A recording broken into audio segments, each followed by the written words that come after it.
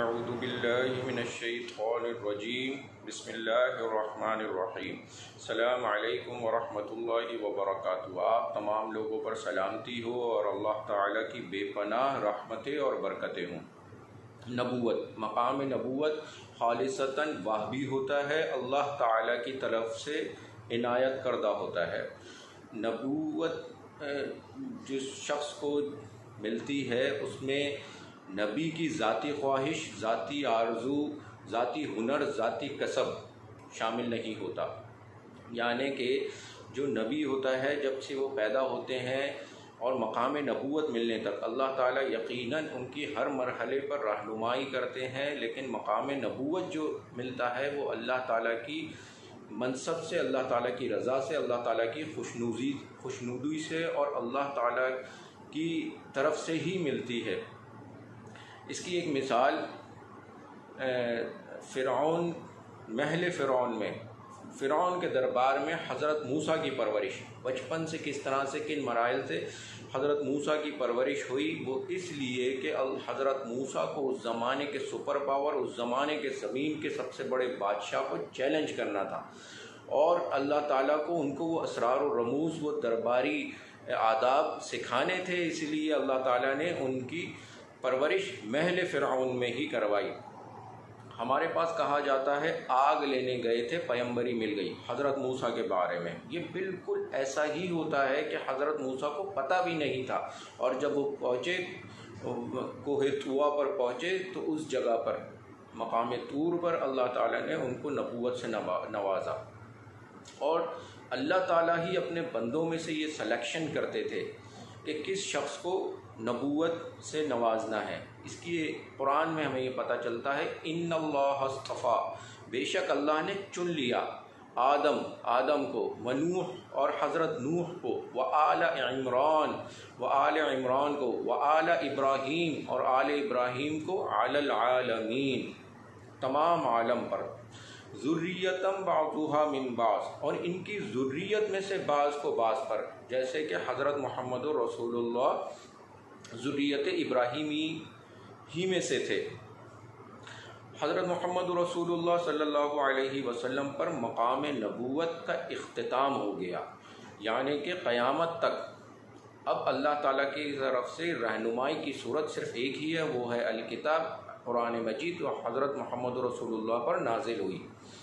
اس کے بعد سے جناب ریولوشن، یعنی یہ ارتقاء جو ہے، زمین کا ارتقاء، زمین پہ رہنے والوں کا ارتقاء، یہ چل رہا ہے، یہ جامد نہیں ہو سکتا، رک نہیں سکتا، اور یہ جو انسان ترقی کر رہا ہے اور نئی نئی ٹیکنالوجی اور نئی نئی چیزیں جو دریافت ہو رہی ہیں، پیدا ہو رہی ہیں، بنائی جا رہی ہیں، یہ سب انسانوں کی ذاتی ہنر اور انسانوں کا ذاتی محنت ہوتی ہے۔ لیکن ایسے دماغ جو پیدا ہوتے ہیں جو یہ ٹیکنالوجی پہ کام کرتے ہیں، یا جو علم کے نئے ذرائع، نئے اسباب پر کام کرتے ہیں، ان کو یہ صلاحیت اللہ کی طرف سے ہی دی گئی ہوتی ہے، جس کو بروئے کار لا کر ذاتی محنت سے وہ یہ تمام چیزیں تخلیق کرتے ہیں۔ ہر انسان کی ایک اسپیشلٹی ہوتی ہے، اس کی ایک کہ کوئی انسان عملی میدان میں، جہادی میدان میں اور پریکٹیکل کام کرتے ہیں، کچھ انسان لکھنے، لٹریری، تحریری میدان میں کام کرتے ہیں، کچھ شاعر ہوتے ہیں، کچھ فلاسفر ہوتے ہیں، اور کائنات میں ایسے تمام لوگ آتے جاتے رہتے ہیں۔ کسی انسان کا جو کام ہے وہ کام پیش کیا جائے تو اس شخص کو خراج تحسین ضرور پیش کیا جائے۔ حمدیت یاد رکھیے، الحمدللہ رب العالمین، حمدیت صرف اللہ رب العالمین کے لیے ہے، اور اللہ تعالیٰ نے جن لوگوں کو یہ صلاحیتیں دی تو ان کے کام کو خراج تحسین، ان کے کام کو تبریک و تہنیت پیش کی جائے، ان کے کام کو، اس شخص کو جناب وہ منصب نہیں دے دیا جائے، جیسے یہود اور عیسائیوں نے کیا کیا، اتخذوا احبارہم و رہبانہم اربابا من دون اللہ، انہوں نے اپنے پیروں کو، اپنے مولویوں کو، اپنے مشائخ کو، اپنے علماء کو، اپنے بزرگوں کو جناب رب بنا لیا اللہ کو چھوڑ کر۔ یہ کام ایک مومن کا نہیں ہوتا۔ مومن جس شخص کا جو کام ہوتا ہے، جو علمی کام ہوتا ہے، وہ دنیا کو پیش کرتا ہے۔ بر صغیر میں جیسے اگر ہم کہیں سائنس کی بات کریں جناب، تو نیوٹن اور آئنسٹائن کے بغیر کے تذکرے کے بغیر سائنس کی تعلیم ادھوری ہے۔ اسی طرح اگر ہم شاعری کی بات کریں تو علامہ اقبال، نیٹشے، گوئٹے، یہ اللہ کی طرف سے ان کو جو صلاحیتیں دی گئیں انہوں نے ان صلاحیتوں کو بروئے کار لا کر یہ کام کیا۔ اگر فلسفی کی بات کریں کارل مارکس اور دیگر ایسے کئی لوگ، اور اسی طرح پریکٹیکل میدان میں، عملی میدان میں کئی لوگ ہیں جنہوں نے دنیا کے نقشے بدل دیے۔ بر صغیر میں ایک شخصیت، ان کا نام تھا علامہ عنایت اللہ خان المشرقی۔ المشرقی ان کا لقب تھا۔ ہم آج کے دور کے مسلم ان کی شخصیت سے ناآشنا ہیں، اور یقیناً جناب یہ تعصب بڑھتا جاتا ہے ان کی شخصیت سے۔ جو لوگ اختلاف کرتے ہیں انہوں نے یہ کبھی ان کی جو صلاحیتیں تھیں اور جو کام انہوں نے دنیا میں کیا وہ پیش نہیں کرتے۔ بہرحال میں شارٹ ایک مختصر سا پہلے علامہ عنایت اللہ خان المشرقی کا تعارف پیش کرتا ہوں۔ یہ پیدا ہوئے تھے 25 اگست 1888 میں، اور ان کی جو وفات ہوئی تھی وہ 27 اگست 1963 میں۔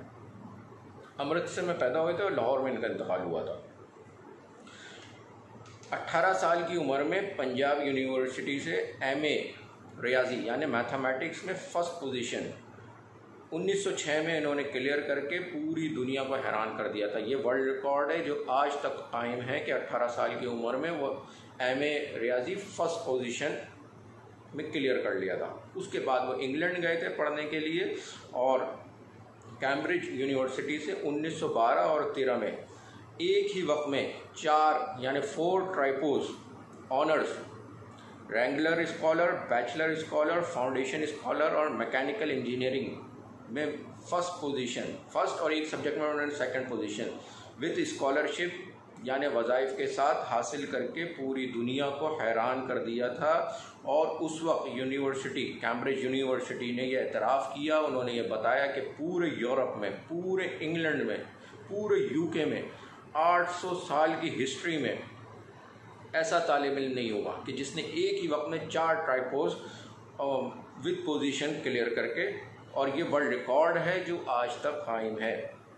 کوئی بھی اس کو گوگل کر کے چیک کر سکتا ہے۔ آپ علامہ عنایت اللہ خان المشرقی جب ٹائپ کریں تو ویکیپیڈیا پہ جو پوری ان کی ڈیٹیل آتی ہے یہ چیک کر سکتا ہے کوئی بھی اس کو۔ 1913 میں ہی ان کو گولڈ میڈل میتھمیٹکس میں ایم فل کی ڈگری دی گئی اور گولڈ میڈل دیا گیا۔ کہاں پر؟ انگلینڈ میں، یو کے میں۔ اس کے بعد انہوں نے ایک کتاب لکھی تھی تذکرہ، جس کے ذکر تذکرہ ان کی قرآن کی تفسیر تھی، بہرحال میں اس کا ذکر بعد میں کرتا ہوں۔ 1926 میں مصر میں، یعنی اب بات ہو رہی ہے عالم اسلام کی، مصر میں مسئلہ خلافت پر عالم اسلام کی بیش قدر ہستیوں کی ایک کانفرنس ہوئی، جس میں ان کو صدارت کرنے کے لیے بلایا گیا۔ ان تمام ہستیوں سے جو انہوں نے خطاب کیا اس کو خطاب مصر 1926 کے نام سے یاد کیا جاتا ہے۔ تو اس وقت کی جلیل و قدر اسلامک ہستیوں یعنی اسلامی دنیا کے جو بڑی بڑی ہستیاں تھیں، انہوں نے متفقہ طور پر جامعہ ازہر المصر میں جو موجود ہے اس سے مشرقی ان کو لقب دیا۔ المشرقی جو ان کو لقب ملا وہ جامعہ ازہر سے ملا، اور ان کی علمی صلاحیتوں کو اعتراف کیا۔ عالم اسلام کے وہ فرزند تھے علامہ مشرقی، یاد رکھیے، سنیے ذرا، جنہوں نے میتھمیٹکس کے چیمپئن تھے وہ، تو انہوں نے اپنے حسابی اندازوں سے ہندوستان میں 300 سال سے بننے والی مسجدوں کے قبلے غلط ثابت کرتے ہوئے قبلے کا صحیح رخ معلوم کرنے کا فارمولہ پیش کیا۔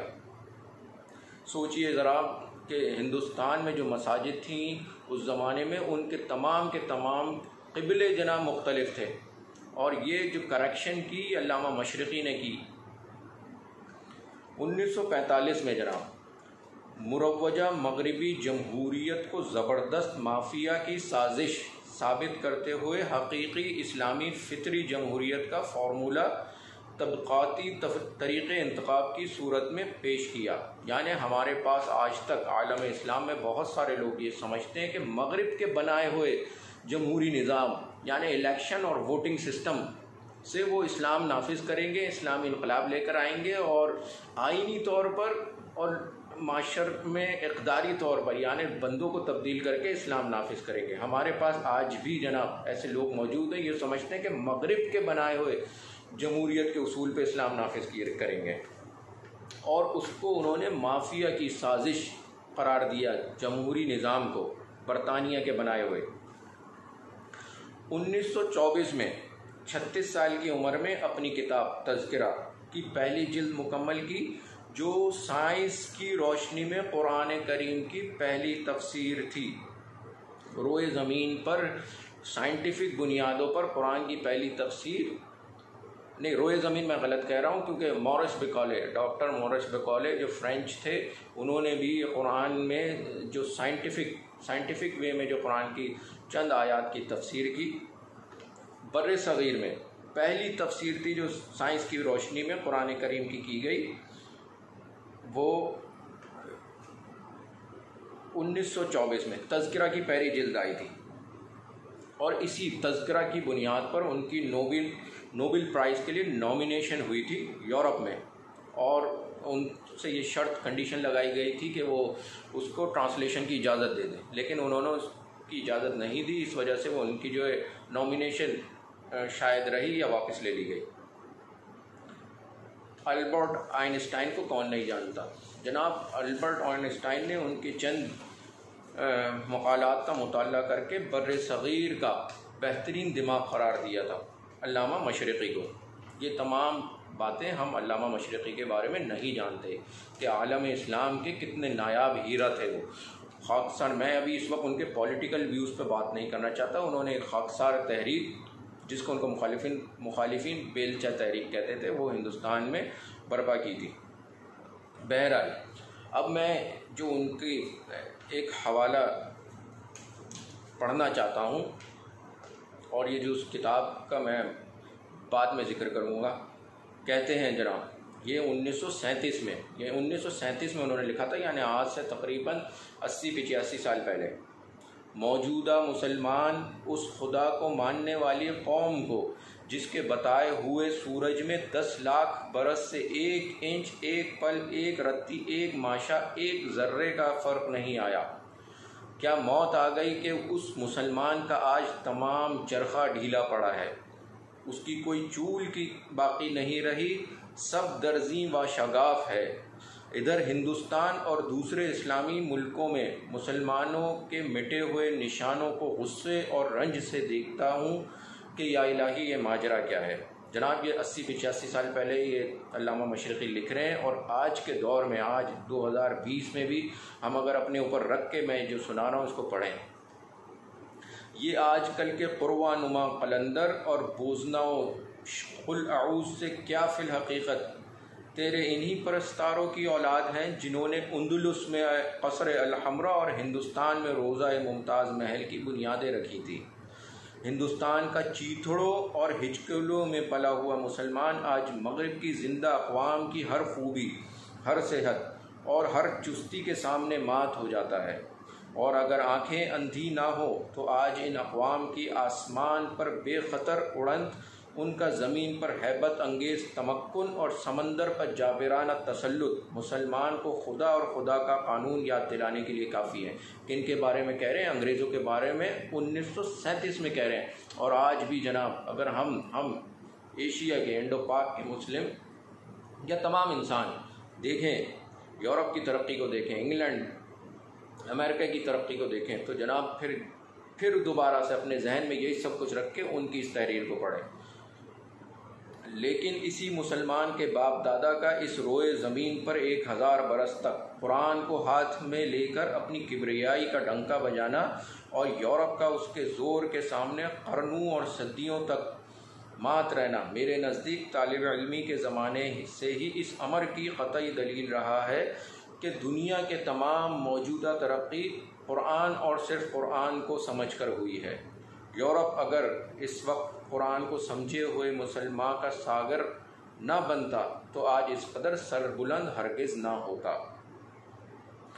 اس کے بعد ایک اور مسلمانوں کے معاشری انحطاط کی جو وجہ بیان کرتے ہیں، لیکن ہاں قرآن سے ہٹے ہوئے مسلمان کا آج حال کیا ہے؟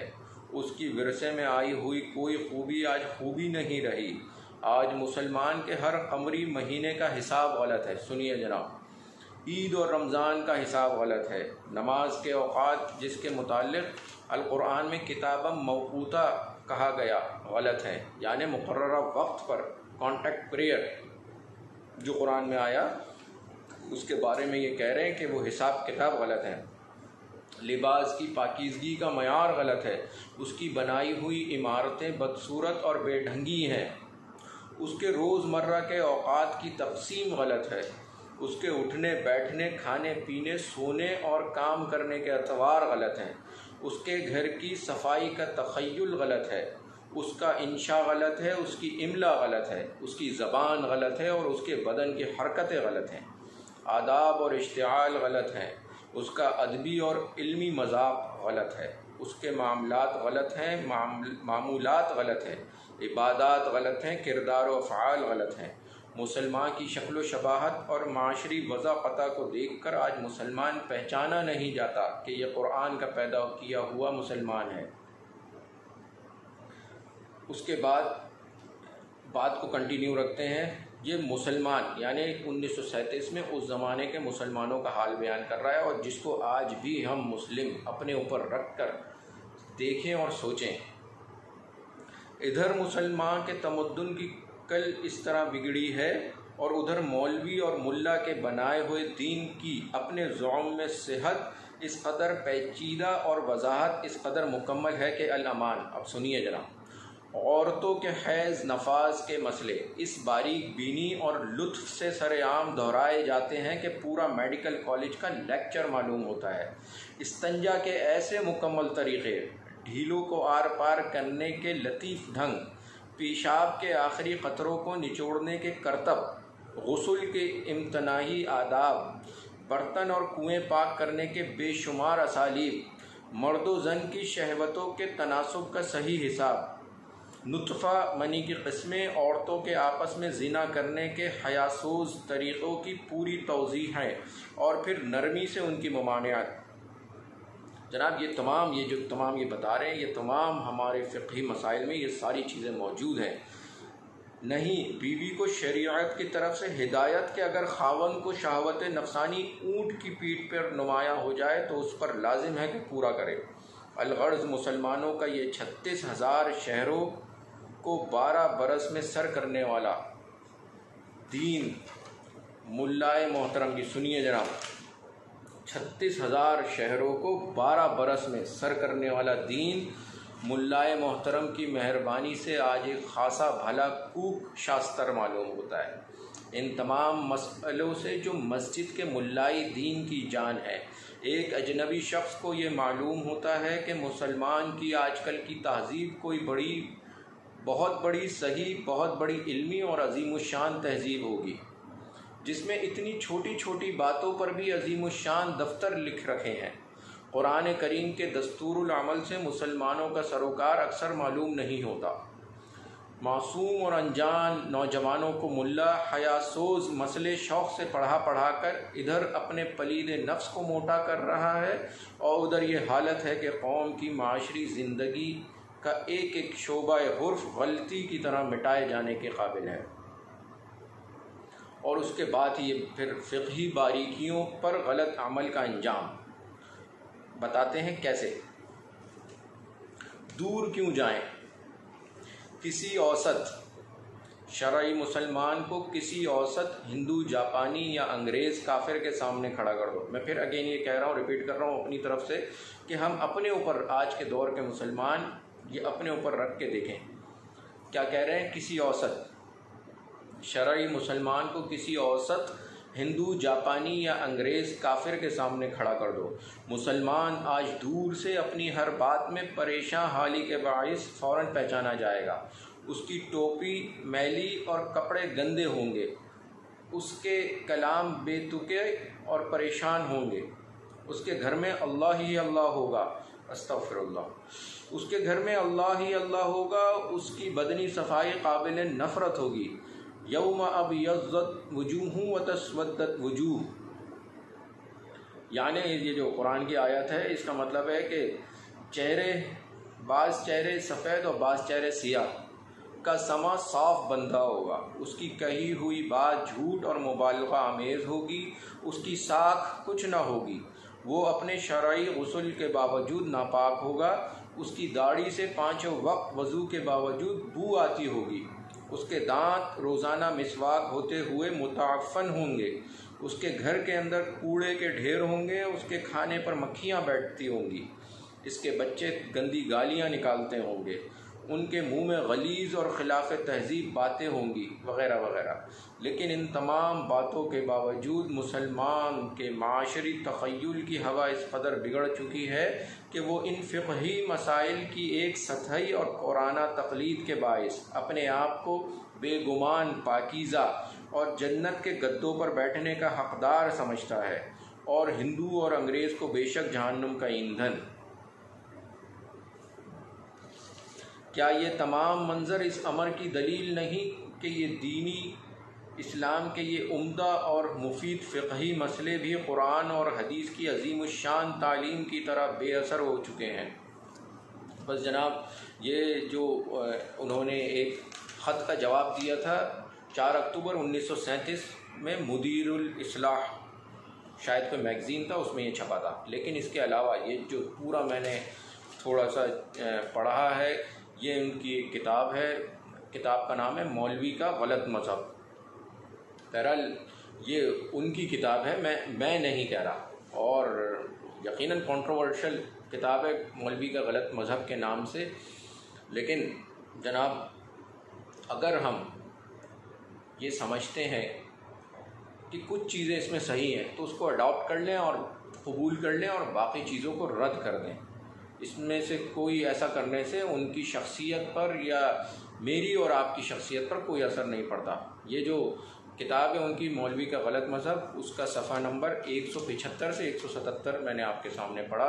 اللہ تعالیٰ علامہ عنایت اللہ خان المشرقی کا درجہ بلند کرے اور ان کی مغفرت کرے، اور ان سے اگر کوئی کوتاہی اور غلطی ہو گئی تو اس کو معاف کرے۔ یہی ہمارا رویہ تمام ہمارے اسلاف اور بزرگوں کے لیے ہونا چاہیے۔ دیکھنے کا شکریہ، جزاک اللہ خیر۔